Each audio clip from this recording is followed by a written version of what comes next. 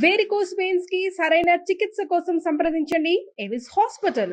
నమస్తే, మీరు చూస్తుంది సుమన్ టీవీ. నేను మీ కీర్తి. 2020-25 ఫిబ్రవరిలో జన్మించిన, ముఖ్యంగా ద్వాదశ రాశుల్లో జన్మించిన మహిళలకి ఎలా ఉండబోతోంది, ఎంతవరకు కలిసి రాబోతోంది, ఎంతవరకు కలిసి రావట్లేదు, మరి కలిసి రాని సమయంలో ఎలాంటి రెమెడీస్ని ఫాలో చేస్తే ఆ బ్యాడ్ టైం అని సునాయాసంగా దాటేయవచ్చు, ఇలాంటివన్నీ మనకి కులంకుశంగా చెప్పడానికి ప్రముఖ ఆస్ట్రాలజర్ బ్రహ్మశ్రీ నందిబట్ల శ్రీహరి శర్మ గురుగారు ఉన్నారు. నమస్తే గురుగారు. వాగర్థావివ సంపృక్తౌ వాగర్థ ప్రతిపత్తయే జగతః పితరౌ వందే పార్వతీ పరమేశ్వరౌ. సదాశివసమారంభాం శంకరాచార్య మధ్యమాం అస్మదాచార్య పర్యంతం వందే గురు పరంపరాం. ఆదిత్యాయ చ సోమాయ మంగళాయ బుధాయ చ గురు శుక్ర శనిభ్యశ్చ రాహవే కేతవే నమః.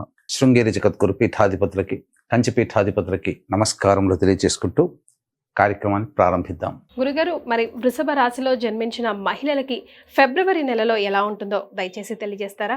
ఫిబ్రవరి 1వ తారీఖు నుంచి 15వ తారీఖు వరకు వృషభ రాశి వారికి ఏ విధంగా ఉండబోతుందో తెలుసుకునే ముందు గ్రహ సంచారం గురించి మనం తెలియజేసుకుందాం. ఇక రాశిలోనే గురువు వక్రీకరించే స్థితి పొంది ఉండడం, కుజుడు 2వ స్థానంలో వక్రీకరించి ఉండడం, అలాగే లాభస్థానంలో శుక్రుడు, రాహువు, దశమ స్థానంలో శని, అలాగే నవమ స్థానంలో రవి, బుధుడు మరియు పంచమ స్థానంలో కేతు. వెరసి చూసినట్లయితే గ్రహాల యొక్క సంచారము కానీ, గ్రహ గమనాలు కానీ, ఈ గ్రహ గతులు అని అంటారు, వీటికి సంబంధించి చూసుకున్నట్లయితే మిశ్రమమైనటువంటి ఫలితాలు ఈ వృషభ రాశిలో జన్మించినటువంటి మహిళలు పొందుతారని చెప్పవచ్చు. ఇక గమనించుకున్నట్లయితే గురువు రాశిలోనే స్థితి పొంది ఉండడం, వక్రీకరించి ఉండడం, ప్రధానంగా చూసుకుంటే ఈ యొక్క వృషభ రాశిలో జన్మించినటువంటి మహిళలకి బాధ్యతలు ఉంటాయి, కానీ క్షణం తీరిక లేకుండా ప్రశాంతత లేని జీవితాన్ని పొందుతారు. అనవసరంగా, అంటే లాభం లేని బాధ్యతలన్నీ ఉంటాయి. కుటుంబ పెద్దగా ఉన్నా, లేకపోతే ఒక ఆఫీస్లో వర్క్ చేస్తూ ఉంటుంటే అదనపు బాధ్యతలు ఉంటాయి, కానీ దానివల్ల ఏమీ కూడా ఉపయోగం ఉండదు, కానీ బాధ్యతలు మాత్రం నెత్తి మీద పడతాయి. ఇలా అనమాట. ఇలాంటి పరిస్థితుల్లో వృషభ రాశి వారి 1వ తారీఖు నుంచి 15వ తారీఖు వరకు ఉంటారని చెప్పవచ్చు. ఇక ముఖ్యంగా కుజుడు వాక్స్థానంలో స్తంభించి ఉండడం మంచిదే, కానీ వక్రీకరించి ఉన్నాడు. కాబట్టి ఇక్కడ మీరు అర్థం చేసుకోవాలి, మీకేంటంటే ఉత్సాహం ఉంటుంది అన్ని రకాలుగా, అలాగే ఏ పని చేయాలన్నా ముందు అడుగు వేస్తారు, ధైర్య సాహసాలు ఉంటాయి. కానీ ఈ ఒక్క వాక్కు వల్లనే మీరు చాలా పరిస్థితులను కోల్పోతారు.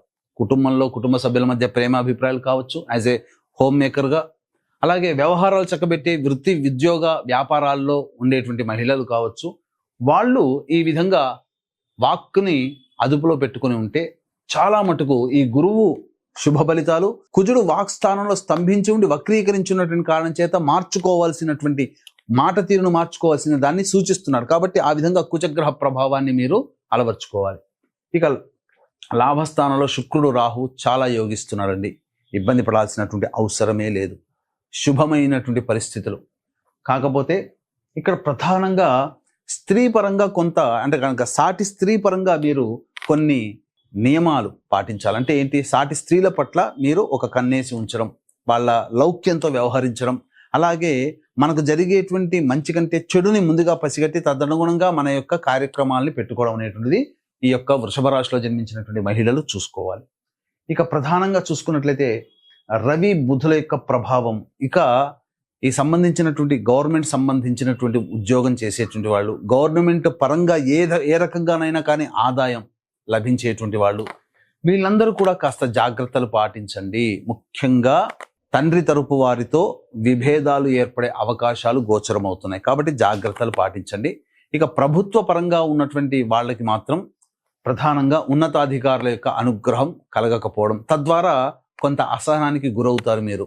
అంతేకాకుండా ప్రభుత్వంతో వ్యాపారాలు చేస్తున్నారంటే బిల్స్ పాస్ కాలేకపోవడం, ఇలాంటివి కొన్ని ఈ యొక్క సంబంధించినటువంటి మహిళలు పొందుతారని చెప్పవచ్చు. ఇక సంబంధించిన చూసుకున్నట్లయితే ప్రధానంగా ఈ ఆయిల్స్ రంగంలో ఉన్నటువంటి ఎడిబుల్ ఆయిల్స్ కావచ్చు, చర్మ తోలు సంబంధమైనటువంటి వ్యాపారస్తులు కావచ్చు, అలాగే క్లాస్ 4 ఎంప్లాయీస్, దిగువ స్థాయి ఉద్యోగస్తులు కావచ్చు, అలాగే ఈ సంబంధించినటువంటి ఐరన్, స్టీల్ రంగంలో, ప్లాస్టిక్ రంగంలో, పెట్రోల్ సంబంధించినటువంటి రంగంలో ఉన్నటువంటి మహిళలు మీరు వ్యాపార విస్తరణ చేయకపోవడమే చాలా మంచిదని గమనించాలి. అనగా భవిష్యత్ ఇంకా బాగుండాలనే ఉద్దేశంతో అప్పులు తీసుకొచ్చి నడిపిస్తుంటుంటారు కదా, అలాంటివి చాలా మటుకు తగ్గించుకోండి. ఎందుకంటే మీరు సేఫ్ సైడ్లో ఉంటారు. మీరు ఎంత చేసినా సమయం అనుకూలంగా లేని కారణం చేత ఏం జరగబోతుంది, మీకు 15వ తారీఖు తర్వాత, ఫిబ్రవరి 15 తర్వాత గ్రహగతిలో చాలా మార్పులు ఉన్నాయి కాబట్టి ఫిబ్రవరి 15 వరకు ఓపిక పట్టండి ఈ వృషభ రాశిలో జన్మించినటువంటి మహిళలు. కాబట్టి దీనివల్ల ఏమవుతుంది, మీకు కాస్త మంచి రిజల్ట్స్ 15వ తారీఖు తర్వాత ఉన్నాయి. కాబట్టి అత్యుత్సాహంతో ముందు వెనక ఆలోచించకుండా పెట్టుబడులు పెట్టకండి. ఇక రియల్ ఎస్టేట్ రంగంలో ఉన్నటువంటి వాళ్ళు, లాయర్ రంగంలో ఉన్నటువంటి మహిళలు, అలాగే భూ సంబంధమైనటువంటి రైతులు, వీళ్ళందరికీ కూడాను లాభదాయకంగా ఉంటుంది. భవిష్యత్ ఇంకా చాలా బాగుంటుంది.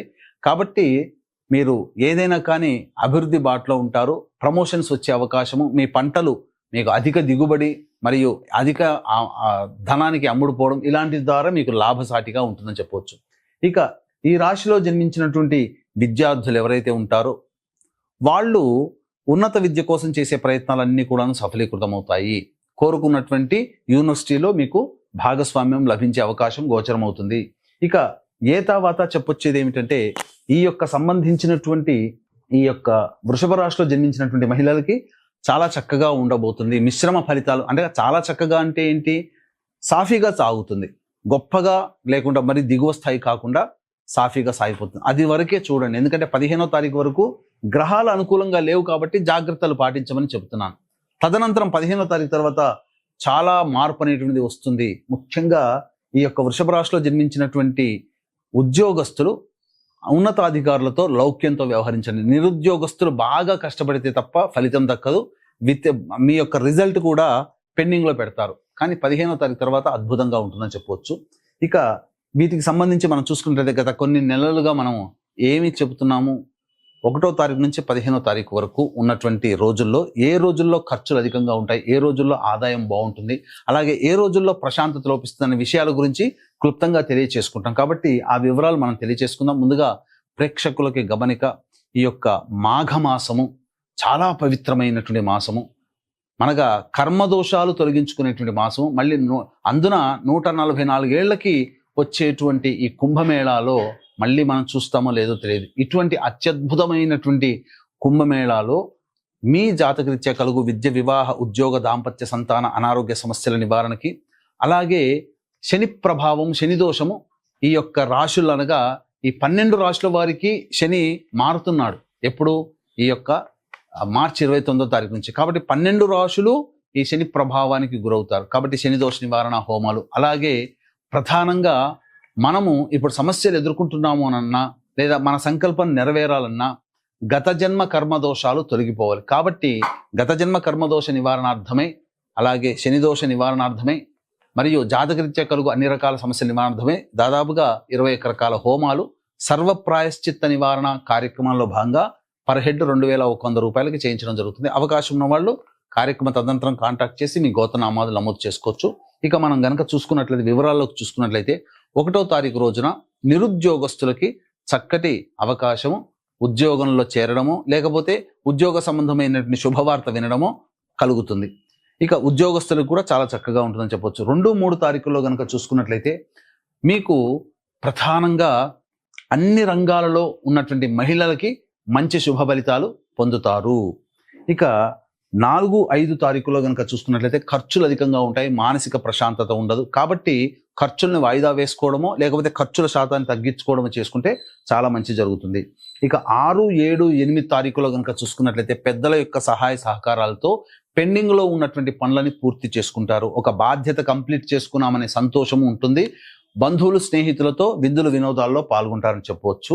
ఇక 9, 10 తారీఖులో కనుక చూసుకున్నట్లయితే వాగ్వివాదాలు పెరుగుతాయి, శత్రు సంబంధములు పెరుగుతాయి, అలాగే కుటుంబ సభ్యులతో ఇబ్బందులు ఎదుర్కొంటారు. అంతేకాకుండా ఈ ఆస్తి గొడవలకు సంబంధించినటువంటి విషయాల్లో ఎక్కువగా నష్టపోయే అవకాశాలు గోచరమవుతున్నాయి. 11, 12 తారీఖులో కనుక చూసుకున్నట్లయితే మీ వైపు అనగా మీరు ఏదైతే అనుకుంటుంటారో ఆ పనులన్నిటికీ కూడాను ఇతరుల యొక్క సహాయ సహకారాలతో ఆ పనులను పూర్తి చేసుకుంటారు. మీకు ధన రాబడి కూడా అధికంగా ఉంటుంది. నూతన వ్యక్తుల పరిచయం జరుగుతుంది. ఇక 13, 14, 15 తారీఖుల్లో భూ సంబంధముగా, వాహన సంబంధముగా, గృహ సంబంధముగా మరమ్మతులు, ఖర్చులు పెరుగుతాయి. వాహనం నడిపేటప్పుడు జాగ్రత్తలు పాటించండి. మీ ఆరోగ్యం పట్ల శ్రద్ధ వహించండి. అనారోగ్యం పాలయ్యే అవకాశాలు గోచరమవుతున్నాయి. అన్నిటికంటే మించి తల్లిగారి ఆరోగ్యం పట్ల కూడాను శ్రద్ధ వహించాల్సినటువంటి పరిస్థితి. ఏ తర్వాత చెప్పొచ్చేది ఏమిటంటే ప్రధానంగా 4, 5 తారీఖుల్లో, 9, 10 తారీఖుల్లో మీకు ఖర్చులు అధికంగా ఉంటాయి. కాబట్టి ఖర్చులను తగ్గించుకునే ప్రయత్నం చేస్తే ఇంకా మీరు మెరుగైనటువంటి స్థితిలో ఉంటారని చెప్పవచ్చు. ఓ రైట్. సో మంచి చెడు అన్ని రాశుల్లో అన్నీ ఉంటాయి, ప్రతిరోజు మనది కాదు కదా గురుగారు. మరి వీరు ఎలాంటి రెమెడీస్ పాటిస్తే బాగుంటుందంటారు?